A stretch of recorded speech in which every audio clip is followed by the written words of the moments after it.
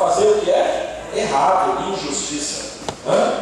Tudo sofre, tudo crê, tudo espera, tudo suporta. Se nós não suportarmos as situações, como a gente pode permanecer fiel ao Senhor, como a gente pode permanecer firme na verdade, na integridade? O amor, ele com certeza faz parte, assim como ternura e compaixão. Ternura e compaixão, são frutos de amor, ela faz parte também da vida cristã e deve estar dentro do nosso trabalho. Deus te dá recurso, meu irmão, não só para você não precisar tomar emprestado, mas como inclusive para ajudar até aqueles que estão precisando. Se deu Deus demais para alguém, foi para você poder olhar para aquele que tem menos ao seu lado e para ajudar e não deixar faltar nada para ele. Deus, como dono do universo, ele age assim, irmão. Isso é bíblico, está na Bíblia. E eu trouxe aqui, irmão, as palavras de Francisco de Assis, nosso irmãozinho Francisco, que ele, na época, vivia. Francisco de Assis vivia numa época onde as pessoas, elas, inclusive a família dele, era uma família abastada, uma família rica, era uma família que tinha muitas posses.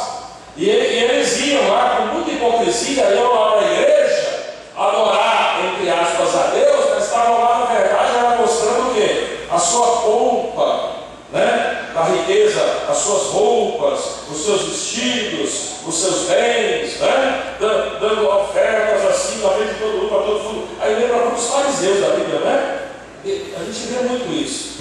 E isso elogiou Francisco de Assis. E então as suas palavras reproduzem isso. Olha o que diz: Senhor, vamos ver juntos, fazei instrumento de vossa paz. Onde houver ódio, que eu leve o amor. Onde houver ofensa, que eu leve o perdão. Onde houver discórdia, que eu leve a união. Onde houver dúvida, que eu leve a fé. Onde houver erro, que eu leve a verdade. Onde houver desespero, que eu leve a esperança. Onde houver tristeza, que eu leve a alegria. Onde houver trevas, que eu leve a luz. Ó Mestre, fazei que eu procure mais. O quê? Mais consolar que ser consolado. Mais compreender que ser compreendido. Amar que ser amado. Pois é dando que se recebe. É perdoando que se é perdoado. E é morrendo que se vive para a vida eterna. Eu lhe pergunto, isso é bíblico ou não é? Isso é bíblico. Isso é bíblico. Isso é bíblico. A questão é que às vezes a gente, o domínio do amor material toma tanto conta do nosso coração que a gente não consegue ver nas bênçãos de Deus na nossa vida o propósito dele de poder, através de nós, abençoar aqueles que estão próximos de nós. O que a gente vê hoje, e infelizmente tem muitos aí fora pregando em nome de Cristo, uma prosperidade que não é bíblica, aonde ele diz o seguinte: está vendo? Eu sou fiel, eu tenho carro importado de luxo, eu tenho apartamento de boa viagem, eu tenho do bom e do melhor. Por quê? Eu sou fiel a Deus, eu tenho fé. Você não tem fé? Isso aí, volta. Está sofrendo, está doente, está isso, está aquilo. Não é isso que tem feito? Ou estou enganado? É isso que estou dizendo. Mas não é isso que Jesus ensina na palavra. Deus ensina na palavra que quando Ele dá mais para alguém, não é pensando nessa pessoa, em termos egoístas para ela. Deus não ensina o egoísmo, mas Ele dá mais para que essa pessoa possa usar de generosidade com aquele que tem menos, para que ninguém tenha falta de nada e nem sobra de nada, mas todos tenham tudo que precisam. Assim foi desde o início, e assim deve ser. E por que não dizer o domínio próprio? Porque se usar tudo isso, se você não tiver domínio próprio, você não consegue experimentar essa frase. Sabe por quê? Olha algumas frases que arruinam nossa vida financeira. E essas frases, irmão, se você não tiver domínio próprio, você cai nessa esparrela. Você já ouviu isso? Presenteie-se, você merece. mesmo. Já viu isso? Mas, qual foi a última vez que você deu um presente para você? Compre uma coisa para você, você merece. Compre e economize. Você já ouviu essa não? Compre e economize. Compre agora e pague. Olha a inversão. A Bíblia diz: poupe agora e compre depois. Mas ele está dizendo o quê? Compre agora e pague depois. Olha só essa é uma oferta especial que não se repetirá jamais em toda a sua vida. Olha aí. A última prestação quem paga é a gente. Tá, meu amigo, deu o dinheiro todinho para ele. Você quando estava pagando lá, na quarta prestação era 10. Na quarta você terminou de pagar o produto. O negócio agora é só juros, só entrando para ele lá o dinheiro. E a última ele que paga. Você precisa, e aí ele abre o produto, né? Você precisa desse presente, você precisa desse carro, você precisa dessa calça, você precisa desse shampoo, não tem precisa, né? Não precisa, né? A coisa é tão falsificada, eu vejo aqueles negócios negócio de shampoo mesmo, aparece uma seca da mulher com os cabelos, vai fazendo assim, e é com esse cabelo, que estraga, você vê que é muito corpo da boa, o negócio é muito falsificado. Mas a pessoa olha aí que eu preciso desse shampoo, eu tenho que ter esse negócio. Aí você pega a mesma atriz, depois você fala, vai lá na praia, tá com o cabelo todo engrenhado assim. Você não está usando shampoo, não? Acho que eu esqueci de usar shampoo. Tenha domínio próprio, meu irmão. Eu sei que não é fácil. Acho que até o pastor não com essas coisas, muda. Mas eu me garanto, é possível dizer não. É possível dizer não. E por último, eu dizer não, o plano é eficaz. Você tem que ter um caráter maduro, atitude mudada e um plano eficaz. Por que planejar? Eu lhe digo, porque não existe outra maneira de você ter sucesso. Se você não planejar, você se perde. Como talvez até você esteja perdido agora, nas suas finanças. Lucas 14, 28. Qual de vocês, palavras de Jesus, qual de vocês, se quiser construir uma torre, primeiro não se assenta, aí calcula o preço, para ver se tem dinheiro suficiente para completar? Planejamento. Qual de vocês, assim, age? Com quem planejar? Preste atenção, meu irmão, isso aqui é fundamental. Se você é casado, com quem você deve planejar? Com o seu cônjuge, sempre. Tem que planejar junto. Pastor, e se eu não sou casado, não tenho cônjuge? Vou com alguém de sua confiança, mas você precisa fazer isso. Você tem um filho, senta com ele, mostra, coloca, ensina teus filhos a fazer isso, porque eles vão crescer sem saber. Converse com o irmão, com a mãe, alguém de sua confiança, porque duas cabeças pensam melhor que uma, e ajuda o outro a se segurar mais. E como eu posso planejar, pastor? Primeira coisa, você tem que planejar a curto prazo. O que é curto prazo? Para 6 meses, 6 a 12 meses, né? Então você vê o que você vai gastar durante todo o ano, o que você vai fazer, como é que você vai usar seu dinheiro, quanto você vai precisar cada mês durante o ano todo. Dá uma visão de ano, ou de 6 meses ou de um ano. Por quê? Porque se você ficar só em um mês, é muito curto. Ficar só um mês cada vez, você fica sem visão, sem perspectiva do que está acontecendo com o seu dinheiro. Então você tem que olhar, é bom você colocar no papel o que você vai fazer o ano todo. Ainda que as despesas sejam as mesmas, né, ou semelhantes. Mas é importante você fazer isso para você ter uma projeção e perceber naquele ano tudo que você pode fazer ou deixar de fazer. Por exemplo, inclusive você precisa de férias.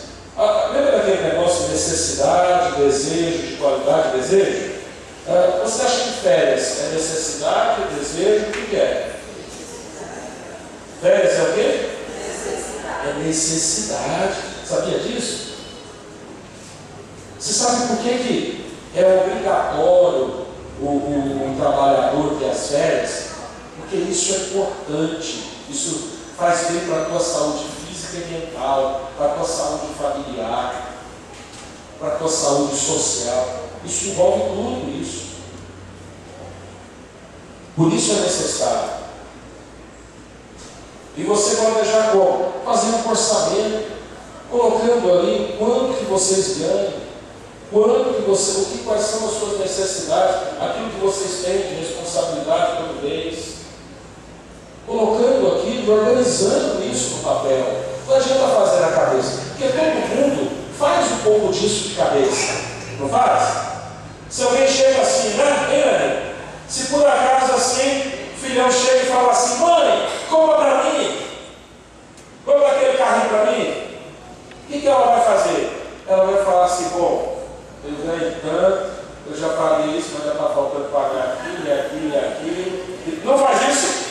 Aí você vai fazer as contas, aí você fala: não vai sobrar não, filho, agora não dá, a mamãe depois vai ajeitar e vai comprar. Ou então, ela faz as contas, ela fala: não, até que para comprar isso aqui dá. Então, vai ter que comprar para ele e para ela, os dois, né? Que não pode sobrar um. E vai lá, aí ela fala: quer dizer, o que é isso? É planejamento. Só que é um planejamento que você faz só de cabeça. E a cabeça às vezes falha. Então, é por isso a importância de você botar no papel, de você colocar o que você dá. Agora, mais do que isso, você sabe o que é tão importante? É quando você faz também planejamento a longo prazo, não só a curto, não só organizar as finanças para você chegar ao final do mês, né, com integridade, tudo direitinho, mas você chegar até o final do mês, e chegar ao final da vida dele. Que o interesse de Deus, na visão da prosperidade de Deus, é que você possa chegar ao final da sua vida bem.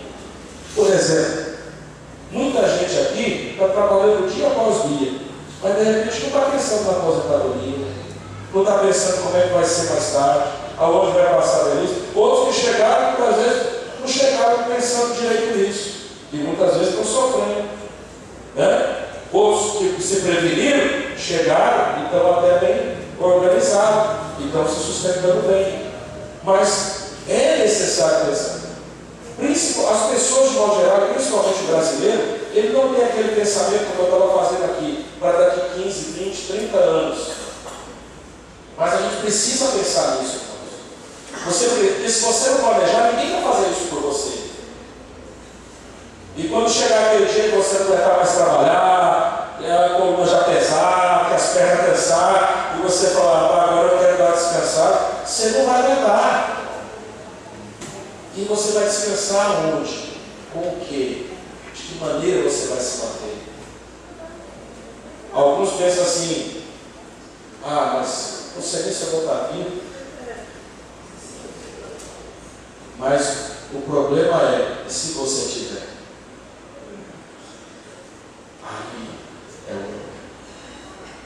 Por isso, é necessário também que você pense a longo prazo.